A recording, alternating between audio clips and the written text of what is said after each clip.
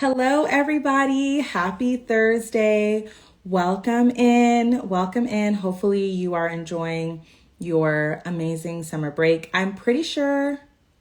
Let me know if you're not on break yet. I feel like even my East Coast schools, which usually get out a little bit later, are on break. I hope so, at least. If you're still in the classroom, let me know. Sending lots of love, sending hugs, sending kisses. That would be very stressful, but I hope most people are done and you're ready to kind of enjoy your summer. Please let me know where you're tuning in from and also what you're doing this summer. I would love to hear how you're spending your break. And if you're watching this on the replay, just leave a comment and let us know. So if you've been following along this year, you know that I have been teaching pretty much all year, been working at different credentialing programs. And I just enjoy being able to teach and share tips and strategies with you all. And so I do a lot of that on my stories, but I figured because it's summer now, it's a great time for me to cover some of the biggest lessons that I've learned this year. And in particular, this one is going to have a lot for my leaders, future leaders. Even if you're a teacher, you could learn a lot from this series that I'm going to be doing, going live every single Thursday for like 5-ish weeks during the summer, and just giving us an opportunity to kind of like think and process and step back now that the dust has hopefully settled on this year. Tell me what you think about this assessment of this year. I want to know how it landed with people. I feel like this was truly one of the years that was like, we are firmly in the post-COVID times. Like, we're not just reeling from COVID, like we are firmly on the other side. Not that we are not still dealing with the impact of COVID and like the disappearance of the ESSER funds, but it was just kind of a different vibe. Like, this is truly the new normal. And so it kind of was giving new normal this year. If you agree, let me know. Tell me how this year was feeling to you. One thing I did with my students as I was closing out the year was asking them to give me a word that describes this year. Just like, if you could encapsulate it in one word, what would it be? So tonight, if you have questions, please let me know, drop them. Even if you're watching this later, I'll catch you on the replay. But we are going to be talking about a phrase that I use a lot. So I am guilty of saying this all the time, but I absolutely hate. And this might be a colloquialism, like a local thing, but do they say like putting out fires a lot in your building? Do people say like, oh, I've been putting out fires, especially school leaders? And y'all know I work with a lot of school leaders. And one of the things I found myself talking about a lot was like this concept of putting out fires. Like, we're spending all of our day putting out fires, putting out fires. What does that mean? Okay. And like, the fires can be academic. The fires can be, we're not prepared for testing. The fires can be behavior. The fires can be, we don't know how to work with AI. That was a huge thing this year. AI itself was just a fire. And I don't care how many trainings you go to, and God knows we have trainings ad nauseum of AI, but like, it's still a different territory. Like, even the people that are like trained on it are still, you never know what you're facing when you engage with it. So I feel like that was a fire that we were putting out. Let me know, y'all. Do y'all say putting out fires where you are? Or like, what do you use to describe when the day is just like, you're back and forth? For me, I imagine like when I had a walkie, and the walkie, y'all, it would just be going off. The walkie is just like going off all day, every day with, from the beginning of the day of like, oh, there's a parent driving the wrong way in the car line, or like, there's a sub didn't show up in this room. Like, that's what I mean when I say putting out fires. Now, I kind of have a hot take on this, y'all, because you can always come here for a hot take. I got no shortage of hot takes over here. But I think that putting out fires is actually a distraction. I think that we love to put out fires because it gives us the illusion that we're doing something, and we are doing something, but we're not really like moving the needle. Hear me out on this, okay? Hear me out on why I like hate this expression of putting out fires. And if you're a leader, I want you to like stop seeing yourself as a firefighter, because I think a lot of my school leaders truly feel like their job is just to be like the first response team of the school. Or especially, I see this a lot in like deans and APs. Like, they are definitely the people that are just ripping and running through the school. And I have been there. I always joke, y'all know if you've read Rooted and Joy, I joke about how my school used to call me miscellaneous because I was doing all the miscellaneous tasks. And so I was definitely a firefighter, but I want my leaders to put down the hose. Okay. And if you're a teacher in the classroom, this looks like just playing whack-a-mole, what I used to call, again, another reference from Rooted in Joy. like, you know, when you're playing whack-a-mole, if you've been to like an arcade and like the little mole comes up and you have to whack it, or I've had one that was like little alligators that come out and you got to whack them. Is any of this ringing a bell? Maybe these are all just regional experiences, but there's a whack-a-mole game. Okay. And, yeah, and that's basically what I felt like I was doing all day. It's just like responding to whatever's popping off, like not really doing anything. And the thing about fighting fires and playing whack-a-mole is it gives you a false sense of accomplishment. It makes you, this is a hot take, it makes you feel like you're doing something when, I've just been noticing this in schools. Like I've been everywhere this year, East Coast, West Coast, multiple schools. And I feel like the whack-a-mole and the firefighting isn't giving what we think it's giving. Like it's not doing what we think it's doing long term. And that's how you look up after a year and you realize that you might not have like really moved the needle or really made progress. When I say move progress, you know, those years where you're just like exhausted, you're tired, but you're not quite sure if you really improved on anything. Like, did the students make crazy growth? Do you feel less stressed? Maybe not, right? Those years where it's kind of like, yeah, it just kind of went by, but did I do anything? I'm not really sure. Those are the years when you're fighting fires and playing whack-a-mole. And that's why I hate when my leaders are like, yeah, I've just been putting out fires all day. Because we've done something, but have we really? Now, I'm talking a lot about this, but what does it mean to move away from the putting out fires model? I want you to build fireproof systems. So instead of just putting out fires and responding, I want you to build fireproof systems, build a fireproof classroom. I'm really going all in with this analogy, but find a way to create a space where the fires don't happen. And that is the real work. But see, this is where they get you. This is where they get you, because if you're putting out fires all day, you don't have the time and capacity to build the fireproof system. So this is what I work on the most with my leaders.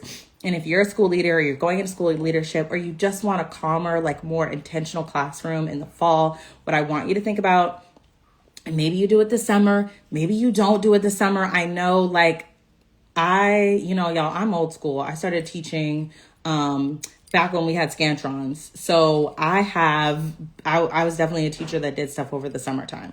I know a lot of teachers don't do that now, and I would never tell somebody that they had to. But if you are going to do something over the summer, I want you to spend your time building fireproof systems. And I want you to think about what it means to build a fireproof classroom, as opposed to just thinking about how you're going to continue to put out fires. Some Iron Diva says, like, the school environment's too structured force leaders to be constantly in reactive mode. Exactly. I walked into a classroom, okay, this was April. I go in, I'm supposed to be meeting with the leader at, the meeting was set for 8, because we're going to do like first instructional rounds, like top of the day. Why did we not get to the meeting until 10:25?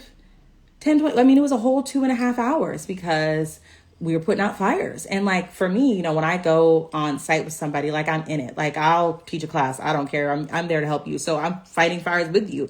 But at the same time, that's not the best use of our time, because you're constantly in reactive and responsive mode. So that's exactly what it is. And so if you are going to take time this summer, or if you are going to think about like what it really means to make progress, because it can be frustrating. I mean, I've had years where the one year to the next, I don't really feel like I did that much, and yet I'm exhausted. So I was like, I did something, but did I really like progress? Did these kids really get where they needed to be? That kind of thing. Not necessarily. So when you find yourself in that situation, it's probably because, again, you're putting out those fires. What it takes to build fireproof systems, this is a whole different skill set.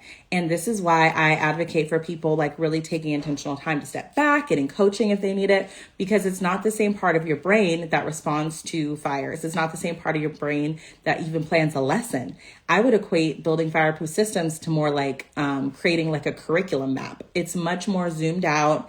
It's much more like deep work. It's the type of work that you have to give yourself space and grace to actually do. I would not recommend jumping into it unless you have gotten a good amount of the 7 different types of rest. That is one of my favorite resources to share with folks. If you haven't heard of the 7 different types of rest, I do have a freebie right now on my page. And you can also just Google it. You don't have to go through me. Mine is customized for teachers, but like it's a thing that other people do. So you can just look at it. There's 7 different types of rest. And if you aren't rested, I would not recommend to try to go into fireproof systems mode, because your brain is going to be fried. Your noodle's going to be just like exhausted. So find some time to step back. That's why it's so important. Like, go to a spa, relax, like, You know, when people joke and say they get their best ideas in the shower, it's because you're in kind of like a semi-meditative state. Not to sound too woo-woo, but I do think that that stuff is important. So you have to take the time to step back to build those fireproof systems. And if this is sounding like, oh, you know what, that sounds like me. Or maybe you're a teacher and you've seen your school leader just like not leading. Because I always say to my people, and they're kind of like roll their eyes because they're so tired of hearing me. But I'm like, okay, but if you're putting out fires, then who's leading the school? If you're putting out fires, who's leading the school? Because the school needs to get led. And leadership is not just responsive. I mean, it is, but like it's also vision setting. It's also, you know, framing. It's also, organizing and dreaming and moving the work forward. So really think about what it means to move away from just ripping and running. And that's the saying that we have, you know, my community, ripping and running. If you know, you know. And playing whack-a-mole and just putting out fires, and really think about what it takes to build a fireproof system. So I'll give you a concrete example of something that this looked like. One of the districts that I'm working with had just like a pacing problem, which is like very vague because that could mean anything. But you know what I'm talking about? Like the pacing was just not it. The pacing was tough for the kids, tough for the teachers. It was leading to a lot of behaviors because, as I always say, the best behavior management is an engaging lesson plan, but that's a conversation for another day. So it was really a pacing issue, and there was just like so much dead time. I had a resource about what to do with dead time at the end of the year as well. Hopefully you saw that, but it was just too much dead time. The solution that we did, because we were fighting fires, because we always have behaviors popping off because there's just too much lackluster dead time. So the principal and I started to think about what it looked like to use microscheduling, which is like really thinking about how the time is used. And it's not like, if you're an OG, not to trigger you, it's not bell to bell, but it is about like being really intentional with how the time is used so that we know where our minutes are going, so that there's not so much dead time where our students are just like hanging out. I mean, it was a lot of hanging out, which I'm not theoretically against, because like, hey, you deserve rest too. But also like when you're hanging out, that's when behaviors pop off. So that's an example of building a fireproof system, thinking about our scheduling, as opposed to just fighting the fire of what inevitably happened every single time. I'm not even kidding you. Like every single time we would have a fire pop off during that time. So if you're a school leader, and like school leaders, most of you are 12-month employees or at least 11-month employees. So I know like y'all are about to be here this summer. If you are a school leader, I want you to think about what it looks like to really build these fireproof systems and figure out what it looks like to move away from fighting fires, during the day, because that is not leadership. And again, it is a distraction. It's going to make you feel like you're doing something, but I regret to inform you, you are not. You could be doing this. And sometimes people get mad at me because they're like, what do you mean? I'm like, that's really not your job. It's not. It's a part of your job. But if you can't get to your work because there's 13 kids in the office, at that point, you have to tell teachers more than just build a relationship. A relationship is not going to solve 13 kids getting sent to your office every day. That's not going to happen. You need to build some more fireproof systems. So that is my leadership message for you all, whether you're a school leader or just a leader inside the classroom, thinking about moving away from this model of putting out fires. And like I mentioned, this is going to be a series for the summer, just for us to have kind of like a step back and be able to talk about these issues more clearly. During the school year, we're just kind of like figuring things out. But I am so passionate about reducing your August problems. Like I would always say that over the summer, we'd be like, oh, that's an August problem. That's an August problem, or a September problem. Because also one of the schools I worked at, we didn't start till after Labor Day. That was nice. But I would say, that's a September problem. That's an August problem. I am trying to reduce your August problems. I'm trying to reduce your September problems and problem solve around them now, and do the deep, like, thought-provoking leadership work that has to be done for you to build these fireproof systems and for things to actually start moving the needle.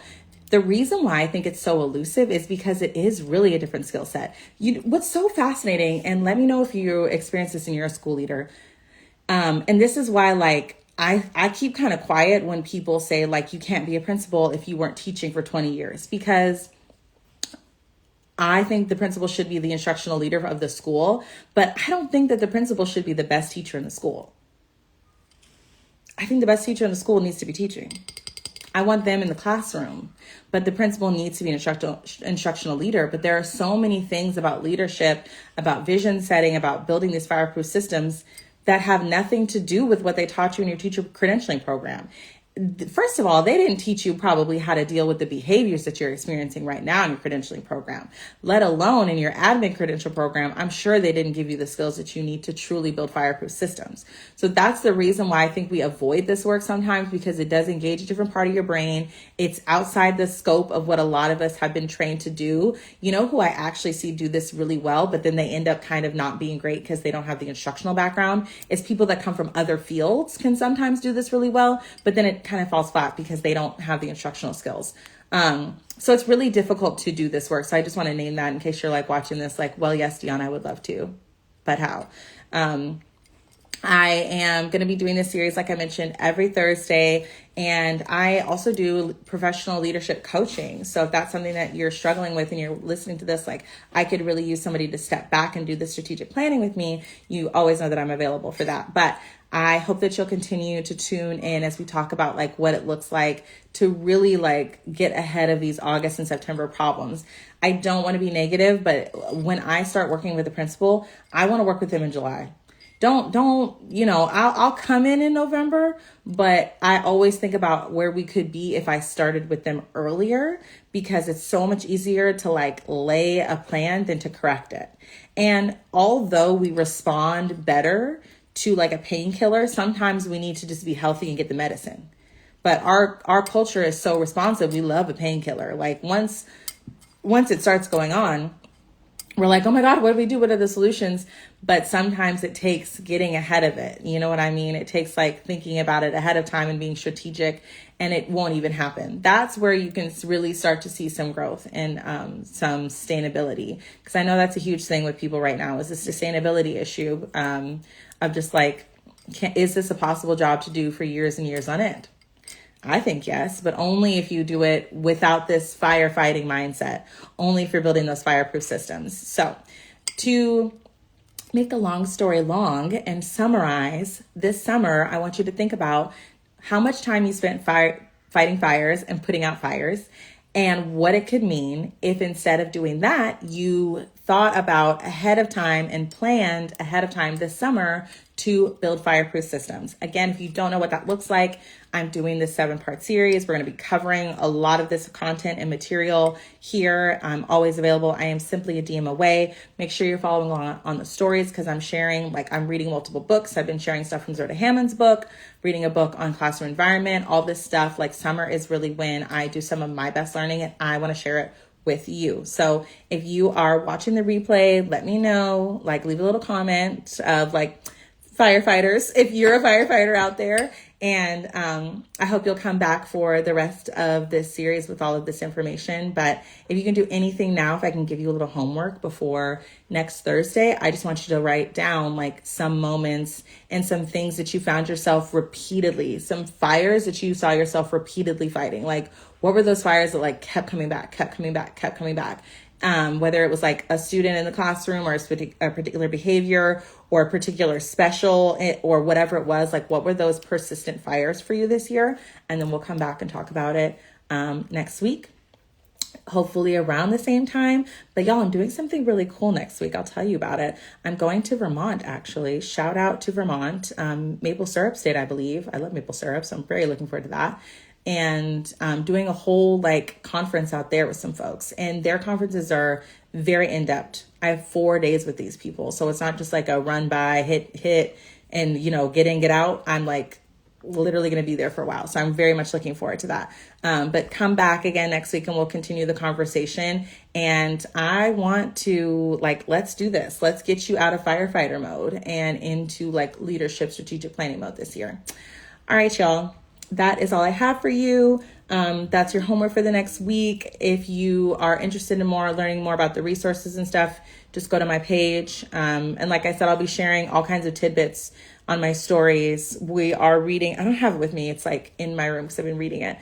But we're reading Zerda Hammond's new book together. And it has been it's been a time. We're learning so much. I'm so excited. But yeah, happy Thursday. Happy summer. And I hope you get some rest. And if you don't do anything, if you're not working and you're just like, I'm not listening to Deanna, I'm turned off, I'm relaxing, totally fine. Go get your 7 types of rest freebie so that you actually get the rest that you need this summer. All right. Bye, y'all.